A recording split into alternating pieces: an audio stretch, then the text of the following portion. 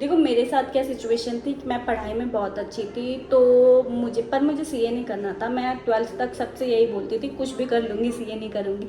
पर जितना मैंने ये बात रिपीट करी, भगवान ने उसी लाइन में मुझे घुसा दिया। जैसे ही मैं घुस गई लाइन में, और मुझे थोड़े दिनों बाद ही समझ में आ गया कि यही लाइन मेरे लिए बनी थी। तो जैसे ही मैं घुसी, मैंने बहुत सारे फेलियर्स फेस किए हैं अपनी लाइफ में। मैं सीपीटी तो एक बार में क्वालिफाई कर गई थी फाउंडेशन, पर आईपीसीसी में भी मुझे 3 अटैम्प्ट लगे थे, फाइनल में भी मुझे 4 अटैम्प्ट लगे। तो ये चीज़ मैटर नहीं करती कि आपको टाइम कितना ज़्यादा लग रहा है। आप हो सकता है आप छोटे छोटे स्टेप से प्रोग्रेस कर रहे हैं, पर आप प्रोग्रेस कर रहे हैं ना, ये मैटर करता है कि आप आगे बढ़ रहे हैं कि नहीं बढ़ रहे हैं, ये मैटर करता है।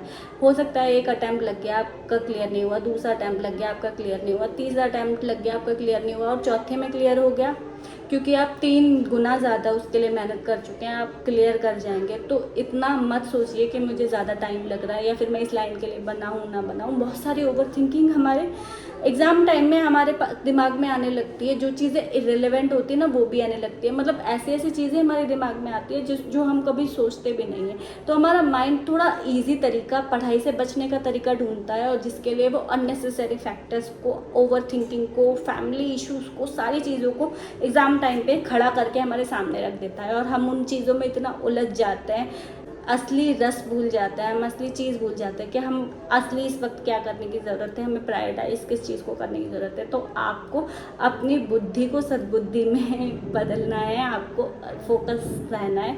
आपको ये बात ध्यान रखनी है कि इस वक्त कहते हैं ना, आपने बहुत सारे गेम्स देखे होंगे, बहुत सारे सीरियल्स में देखा होगा, वेब सीरीज़ में देखा होगा कि अगर जो मेन कैरेक्टर है, जो हीरो है, वो अगर एक रास्ते पे जा रहा है तो उसको बहुत सारे एनिमीज आके डिस्ट्रैक्ट करने की कोशिश करते हैं। उस वक्त उनको छलावा दिखाते हैं, कहते हैं ना रेगिस्तान में तो बहुत सारे छलावा दिख रहे हैं। तो ऐसी चीज़ें हमारे एग्ज़ाम्स के टाइम होती है। हम एग्ज़ाम में जब हमें पढ़ाई पे मेन फोकस करना है, हमें फोकस अपनी पढ़ाई पे करना है, पर हमारे आसपास बहुत सारे छलावा आ जाते हैं, बहुत सारी चीज़ें आ जाती हैं जो हम जिनके लूप में फंस जाते हैं। जो चीज़ हमें अपनी तरफ अट्रैक्ट करने की कोशिश करती है और हम अपने मेन टास्क से, अपने पढ़ाई से डिस्ट्रैक्टेड हो जाते हैं।